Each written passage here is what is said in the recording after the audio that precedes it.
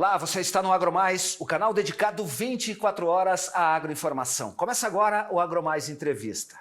E olha só, ano novo e a política do biocombustível, na verdade, há uma certa incerteza. Ninguém sabe como ela vai ficar a partir de agora com o novo governo. Então, para a gente saber muito mais sobre esse tema, nós convidamos para o programa de hoje o Donizete Tokarski, ele que é o presidente, diretor superintendente da União Brasileira do Biodiesel e do Bioquerosene, que está aqui comigo. Donizete, obrigado pela gentileza da entrevista, prazer te receber aqui. Boa tarde, Leandro, boa tarde a todos que nos assistem.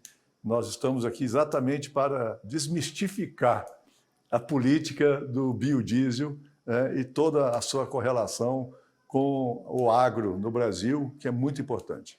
Acho essa quebra, talvez, que a gente está aqui para fazer, exatamente sobre situações que se criam a respeito do tema e que muitas vezes não dizem respeito à realidade. Eu acho que eu já vou começar exatamente por esse ponto, Donizete, porque o que se tem a respeito do assunto, antes mesmo da gente entrar sobre o percentual de adição do biodiesel, a necessidade que se tem, os benefícios ou o impacto econômico que isso possa vir a ter, sempre vem à tona esta questão do impacto financeiro na bomba para o consumidor final. Disse que o biodiesel ele acaba encarecendo, no fim das contas, o preço do combustível, e esse muitas vezes é o argumento para manter uma adição num percentual talvez não desejável ou abaixo daquilo do necessário. Isso é fato? Vamos desmistificar esse negócio? O fato é que não é feito uma contabilidade socioeconômica e ambiental nesse processo. É feito apenas uma conta financeira do combustível fóssil versus o biodiesel na bomba. E isso está totalmente equivocado. O biodiesel, ele não é só um combustível. O biodiesel é muito mais do que isso. O biodiesel é verticalização da indústria nacional, é agregar valor, é gerar emprego no interior, é trabalhar com a agricultura familiar, distribuir em todas as regiões do país as indústrias, ou seja, promover o desenvolvimento onde tem a produção de matéria-prima, diferentemente do combustível fóssil, que está localizado praticamente somente no litoral brasileiro.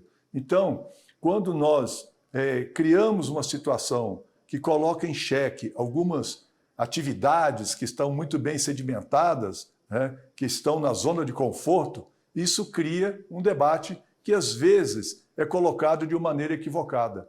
O biodiesel, ele já teve oportunidades de ser mais barato do que o diesel fóssil. E nem por isso o governo tomou a iniciativa de aumentar a mistura naqueles momentos e poderia ter feito isso. Então, o que nós vemos é, na realidade, desinformações que são passadas para a sociedade. O biodiesel, ele precisa, e espero que esse governo que assumiu agora, faça essa contabilidade social, econômica e ambiental. A Lei da Política Energética Nacional traz no seu escopo, no artigo 1º, 18 incisos sobre como devem ser os princípios e objetivos da lei. Desses 18 princípios e objetivos, 14 têm relação direta com os biocombustíveis. E nessa análise desses 14 itens, somente o terceiro item, terceiro inciso, é que fala de qualidade, preço e abastecimento dos combustíveis. Nós temos qualidade, nós temos o abastecimento seguro, nunca faltou biodiesel no país. A única relação que tem é a questão do preço, que ela é também flexível. Não é um preço uniforme, sempre mais caro ou sempre mais barato. Não, mas não podemos fixar essa leitura dessa indústria importante no país somente na questão do preço na bomba, porque de um posto de combustível para outro, a diferença de preço é muito maior do que o biodiesel impacta na bomba. Essa tua deixa que seja uma outra pergunta antes de eu entrar numa outra questão, Donizete, que é, ora, o preço do combustível na bomba, aí eu acho que cabe também até a gente destrinchar um pouquinho essa questão. Não vai impactar numa economia transversal, que a gente sabe, por exemplo, que o preço do combustível ele é importante e impacta no preço dos alimentos, porque o transporte, no fim das contas, acaba sendo majorado. E isso é transferido naturalmente para o consumidor final. Quando você tem um aumento do preço dos alimentos, você tem uma pressão inflacionária e os maiores prejudicados são as populações menos favorecidas. Isso, de alguma maneira, não vai contra, talvez, o argumento de que o preço talvez não seja o fator mais importante nessa balança, no fim das contas? Leandro, essa leitura, ela está baseada em poucos fatos relacionados ao biodiesel. Por que poucos fatos? Porque aumenta o preço do alimento, é a redução do esmagamento da soja no Brasil. Se nós não tivermos o esmagamento da soja no Brasil, impacta diretamente no preço da ração. E o preço da ração impacta diretamente no preço da produção de alimentos. Isso é um ponto. Vamos verificar somente na área de suínos, peixe e frango. E o frango está associado a ovos. Um ponto percentual de biodiesel reduzido impacta em 3,5 bilhões nessas cadeias produtivas. Veja só o que está acontecendo com a suinocultura em Santa Catarina e no sul do Paraná. Os produtores de suíno estão deixando de produzir em função do custo. Ora, com o biodiesel mantido em 10%, o que aconteceu? Houve uma redução da oferta de farelo. Nós devíamos que estar ofertando no mínimo 40% a mais de farelo relacionado ao biodiesel, se nós tivéssemos em 14% da mistura obrigatória. Então, além disso, nós temos outras contas que têm que ser feitas, que não são feitas, que é a questão das doenças. Nós temos 30 milhões no Brasil de asmáticos. Quantas milhares de crises de asmáticos são promovidas em função do uso do combustível fóssil? De acordo com os estudos da EPE, somente na região metropolitana de São Paulo, 244 mortes são evitadas por ano em função do uso do B10. E de acordo... Você está falando de um custo indireto. De um custo indireto, mas esse custo quem que paga? Exatamente aquela classe que você se referiu aqui, aos menos favorecidos, quem anda de transporte público. Ele, usando menos biodiesel, ele paga mais caro pela alimentação e ainda respira um ar pior. Então, essas são as relações que nós precisamos de construir diante de uma transparência desses efeitos econômicos, sociais e ambientais. Redução de gás de efeito estufa, que o mundo todo está preocupado com isso. Nós não podemos ter a nossa economia baseada única e exclusivamente no uso do combustível fóssil, como alguns tentaram fazer. Nós temos que criar uma previsibilidade para o setor. E o setor com previsibilidade, sempre ele garante um preço menor, um preço mais competitivo. O que nós tivemos nos últimos anos foi uma descontinuidade de um programa que hoje nos coloca numa posição de ter mais de 50% de ociosidade nas indústrias de biodiesel. É que setor que vive nessas condições? Então nós esperamos que esse governo traga para nós essa previsibilidade, essa segurança jurídica, porque os produtores de biodiesel investiram quando foi definido que ia ter uma escala de aumento dessa mistura ano a ano, e isso não foi cumprido. Então, consequentemente, alegaram a um fator só, o preço, mas não fizeram a conta do valor. Essa é a contabilidade que precisamos. Só para quem não está habituado com esta linguagem, o B10 é o 10% adicionado, quer dizer, do preço do biodiesel ao óleo diesel, e pelo cronograma que tinha sido estabelecido agora em março, nós deveríamos ter o B15, portanto 15% de biodiesel adicionado ao diesel. Isso. Houve uma descontinuidade porque a situação acabou ficando muito suscetível a situações políticas, quer dizer, no fim das contas, o preço do combustível acabou sendo um instrumento da disputa política, né? Quer dizer, trouxe para o centro do debate lá na campanha eleitoral e acabou prejudicando este setor. Aí você fala que precisa de previsibilidade. Lei existe, mas ela acabou sendo descumprida. Como fazer para que isso, na realidade, traga um pouco mais de segurança? A lei existe, mas a lei não estabelece qual é a percentagem de mistura de cada ano. Isso deveria ir para o corpo da lei? Não. Nós queremos que isso vá para o corpo da lei. Mas a lei já diz que até o B15, ou seja, 15%, como você muito bem me corrigiu aqui, até 15% de biodiesel é necessário uma resolução do CNPE. Então, o CNPE que faz uma resolução e diz, ó, tal ano vai ser tanto, tal ano vai ser tanto. Mas, Donizete, o CNPE já era responsável por isso e decidiu, foi uma decisão política. É que ele decidiu em 2018 Isso. de dar toda a sequência, estabelecendo que 2023 ia ser 15% a partir de março, 2022 era 14, 13, mas eu acho que foi importante a gente dar esse passo atrás para a gente, na verdade, projetar o futuro. Eu acho que isso quer dizer, Mas eu queria só completar. O que aconteceu? Com essa perspectiva de aumento gradual da mistura, os empresários investiram em mais indústria, né? Aí você me pergunta, mas por que tem ociosidade? O empresário não sabia? Não sabia, porque uma indústria de biodiesel não é construída da noite para o dia, demora às vezes 3, 4 anos, as licenças que são necessárias, todo o investimento, às vezes toma dinheiro emprestado, financiado, para poder construir, falta equipamento, às vezes falta peça, etc. Então, tem um período de maturação para uma indústria funcionar. E o que aconteceu? Quando as indústrias ficaram prontas, o governo reduziu a mistura. Mas esse é um quadro que está consolidado e que tem aspectos, erros que se cometeram no passado, e aí eu queria projetar, na verdade, o futuro. Mas a gente vai fazer um intervalinho rapidinho e voltamos logo, logo, tá bom? Fica aí, a gente volta já já.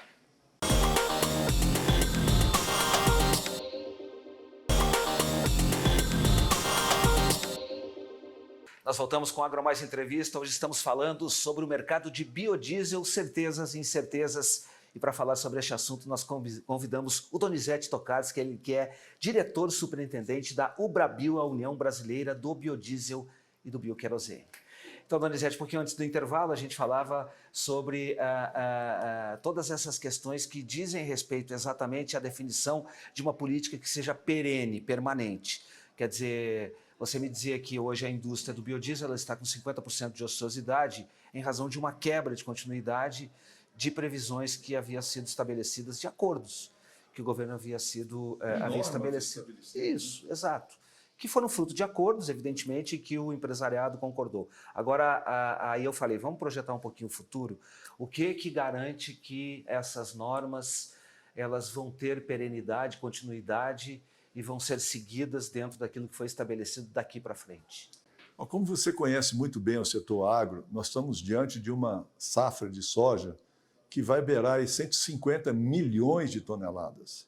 Ou seja, 25 milhões de toneladas a mais do que a safra anterior. Se nós pegássemos somente essa soja produzida a mais, cada 5 quilos de soja esmagada dá 4 quilos de farelo e 1 quilo de óleo. Então, só essas 25 milhões de toneladas daria 5 milhões de toneladas de biodiesel, que é praticamente o que nós estamos utilizando hoje, 5 milhões de óleo de soja para produzir biodiesel, que nós vamos produzir agora, vamos dizer, fechando as contas em 2022, 6 milhões de toneladas. Né? Então, só com o delta de crescimento, nós estamos garantindo a matéria-prima para a mistura do B10. Agora, e as outras 125 milhões de toneladas ainda, né, que o Brasil produz? O Brasil vai exportar aproximadamente 100 milhões de toneladas, né, em grão, sem gerar sem gerar industrialização no país, sem o esmagamento, sem agregar valor, né? E esse fazendão atende ao mercado internacional. Mas o mercado internacional só quer grãos? Não. O mercado internacional, principalmente a China, já está buscando farelo. Para buscar o farelo, tem que esmagar a soja no Brasil. E vai fazer o que com esse óleo? Então, nós temos uma oportunidade a mais para o produtor de soja no mercado interno, que é a produção de biodiesel e a geração de farelo para atender toda a cadeia alimentar de proteínas para todas as espécies possíveis. Então, não existe falta de matéria-prima. A falta ela pode ocorrer quando não tivermos a previsibilidade. De um momento para outro, fazer um aumento da mistura, uma redução da mistura, aumento da mistura, redução, como aconteceu em 2021, que no final do ano a gente estava pedindo para abrir a importação de óleo de soja. Por quê? Porque houve mudanças abruptas do índice de mistura. E aí a soja que estava no Brasil foi embora. Mas tem outro elemento, por se tratar de uma commodity, ou seja, preço formado fora, o risco da quebra de uma safra, por exemplo, na hipótese de um problema climático, vai ter um efeito direto no preço da oferta. Leandro, nós temos que ter uma resposta primeira nessa questão. Se o preço da soja é alto, isso é ruim para o Brasil ou é bom para o Brasil? A gente volta exatamente para... É bom para o Brasil. Ora, a diferença... Na balança comercial e todos os benefícios que estão agregados, ó, quantos milhões de produtores de soja nós temos no Brasil, e toda essa riqueza, de certa forma, ela tem uma distribuição de renda no interior do Brasil, nas áreas de produção. Então, se nós concentrarmos somente no preço internacional, nós estamos fazendo uma avaliação também que não está correta do ponto de vista do preço do combustível. Como eu estava dizendo, o biodiesel, ele não é só energia. Ele tem todo esse complexo da cadeia produtiva da soja, o aproveitamento de gorduras animais, o aproveitamento de óleos residuais e de outras gorduras e graxas que são utilizadas na produção do biodiesel, que antes era um impacto para a sociedade, que custava caro para limpar a água para a sociedade, para despoluir os rios, para despoluir os lixões. Então nós temos que fazer todo esse balanço para verificar o tanto que é importante essa cadeia de produção do biodiesel. Ela está na casa de todos nós. Quando nós consumimos o frango, nós estamos consumindo um frango mais caro ou mais barato em função do índice de mistura de biodiesel. Como eu disse, 3 bilhões e meio é o impacto na redução de 1% da mistura de biodiesel para a cadeia dessas proteínas que eu falei. Então, nós não podemos ficar alinhados somente a um discurso de alguns segmentos que são contrários à modernização do processo. O biodiesel, eu asseguro, é o combustível mais controlado em termos de qualidade no Brasil. E a qualidade do Brasil é uma das melhores do mundo. Será que os nossos equipamentos, quando dizem que vai dar problema ou outro, realmente o problema é o biodiesel? Ou realmente esse problema está associado ao veículo? Nós temos que desmistificar isso. Nós temos que trazer essa discussão para a sociedade de uma forma muito clara. Quais são esses benefícios que o biocombustível traz para todos nós? Deixa eu falar de um outro reflexo, quer dizer, aumentar o B. A primeira pergunta é qual a perspectiva de vocês em relação, e a gente... Eu acabei não respondendo. Pelo que a gente ouve aí do sinais que vem do governo, a tendência é que haja um aumento da mistura. Não se sabe o percentual que vem de lá. Qual a ideia de vocês? O que vocês gostariam de fazer? A ideia nossa é que a gente tenha um aumento gradativo, com segurança, né? Nós não podemos passar hoje, está em B10 para B15 imediatamente. Nós entendemos que o setor tem que, mais uma vez, dar a sua contribuição e demonstrar que nós estamos preparados para ombrear junto com o governo uma solução que seja boa para toda a sociedade. Então, nós entendemos que o ano que vem, em março, a gente adote o B15. E antes de março do ano que vem, a gente tenha uma sequência de misturas gradativas que condicionem a essa super safra que nós temos, a essa super oferta de biodiesel em função das indústrias instaladas, a necessidade de gerar mais emprego, a necessidade de aumentar a agricultura familiar. Então, nós estamos preparados. Agora, o governo haverá de, nos próximos dias, definir quem são os ministérios que vão participar do CNPE, do Conselho Nacional de Política Energética, e a partir de uma decisão nova do CNPE, estabelecer esse avanço da mistura com a segurança que nós queremos. O setor quer que tenha previsibilidade. E essa previsibilidade que deve ser dada pelo CNPE não é a previsibilidade de um bimestre, um trimestre, não, mas a previsibilidade desse ano e do ano que vem. Porque as indústrias começam a fazer os contratos para a próxima safra assim que terminar a colheita. E a colheita já está começando em algumas regiões do país. Então, nós precisamos já de ter essa definição. Esperamos que até o final do mês de fevereiro já tenha essa reunião do CNPE e já faça essa definição de qual vai ser o B em abril, né? Porque, de acordo com a legislação atual, com a resolução do CNPE de 2018, o B de abril é 15% de biodiesel.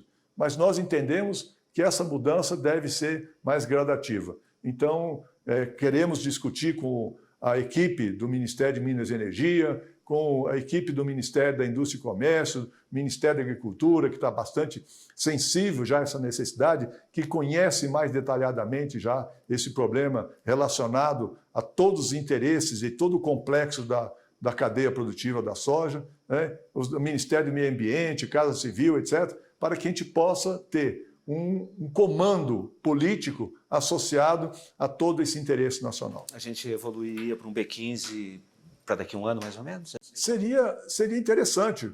Se o governo achar que deve antecipar, também nós estamos prontos para isso. Agora, em outros lugares, o B ele passa de 20, chega lá nos 30, vai até 35. Estados Unidos tem B20, ou seja, 20%.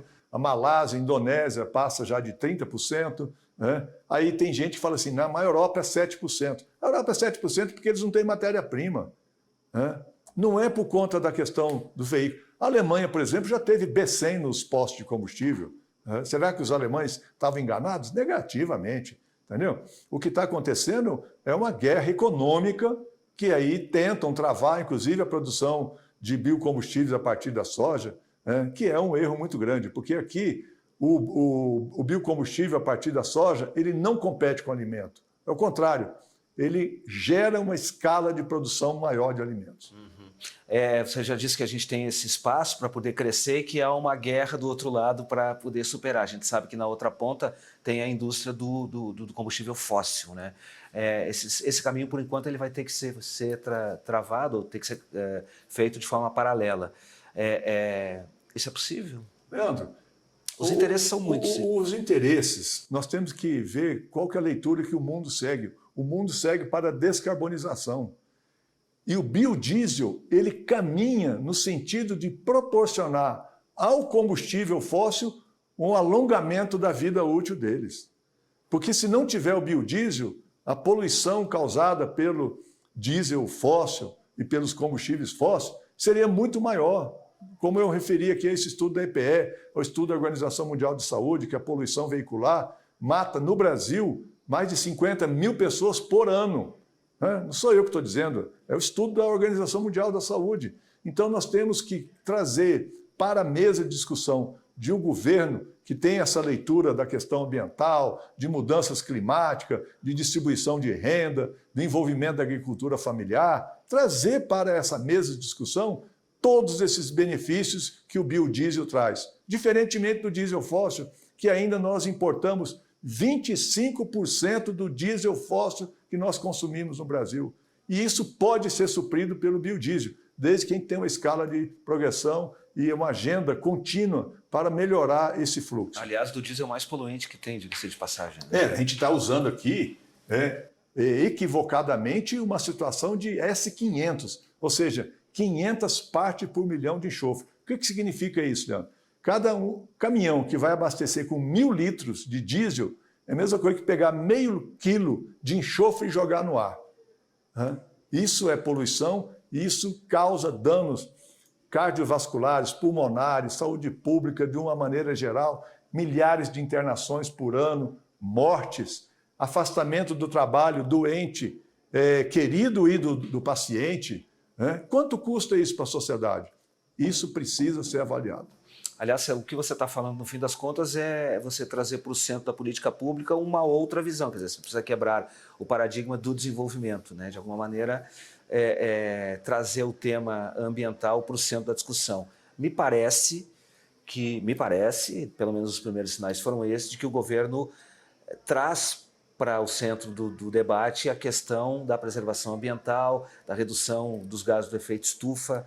Isso, de alguma maneira, alenta o futuro do setor como um instrumento, inclusive, de conversão energética? Nós temos que ter esse olhar não só voltado, vamos dizer, à Amazônia. Nós temos que ter esse olhar para toda a cadeia produtiva de todas as espécies, né? Vamos chamar assim, de todos os setores. Quer dizer, não basta o discurso ou usar um ícone, quer dizer, é preciso olhar de fato todo o que representa, quais as pontas do desenvolvimento sustentável. O biodiesel, né, e assim os biocombustíveis tem uma política que é a única política hoje que estabelece um valor seguro de comercialização, transparente do CBIOS, que é a política do RenovaBio. O que faz a política do RenovaBio? Ela estabelece o seguinte: cada tonelada de carbono evitada pelo uso de biocombustíveis gera-se um CBIO. E esse crédito de descarbonização tem um preço no mercado que hoje varia aí de 130, 150 reais. Isso já é um sinal, né, de que tem uma política pública de valorização da redução de emissões. Mas nós temos que ampliar isso para outros setores. Mas houve uma mudança da política, do uma RenovaBio. descontinuidade do RenovaBio. Um outro equívoco, porque a lei diz... Para que as pessoas entendam, o preço em um mês ele baixou de R$205 cada título para 90 e poucos reais, 89 reais. É isso que eu falo, não pode ter mudanças abruptas. A gente tem que ter segurança jurídica e previsibilidade. O que o governo passado fez? Para atender alguns setores, né, de pressão, né, para não falar outra coisa, de pressão, o que fizeram? Alongaram o prazo, né, de cumprimento de metas do RenovaBio. Só que isso está contra, inclusive, a lei, porque a lei fala que são as metas anuais. Aí eles criaram, né, um ano de 18 meses ou mais, né? Eu nunca vi isso em calendário nenhum. Inclusive, até trouxe um calendário para você aqui, né, que eu vou te presentear, mas não tem nenhum ano de 18 meses. Então, eles criaram esse ano de 18 meses. Essa descontinuidade que acaba provocando a desconfiança do setor e a retração dos investimentos. Donizete, eu agradeço demais a gentileza da entrevista. Você me disse que trouxe eu trouxe um presente que eu quero ganhar aqui, o calendário. Além do calendário, né, que eu deixar aqui contigo, é um presente que é um trabalho que nós fizemos, né, com o envolvimento de 30 personalidades, lideranças parlamentares. Hoje tem, inclusive, ministros de Estado que participam desse livro, industriais, acadêmicos, especialistas, que nós retratamos aqui o poder transformador dos biocombustíveis. E a gente teve a audácia de dizer aqui que é janela de oportunidades para o desenvolvimento sustentável. Então, esse livro foi publicado pela editora Dialética. Aqueles que nos assistem, se quiser, pode fazer a sua busca lá na editora Dialética, né? E trouxe para você aqui, com a dedicatória aqui ao amigo Leandro. Obrigado, meu amigo. Está aqui, vou lê-lo com certeza, com avidez. Está aqui, ó, prezado Leandro, apresento neste trabalho leituras diferentes para análise crítica de combustíveis no Brasil e no mundo.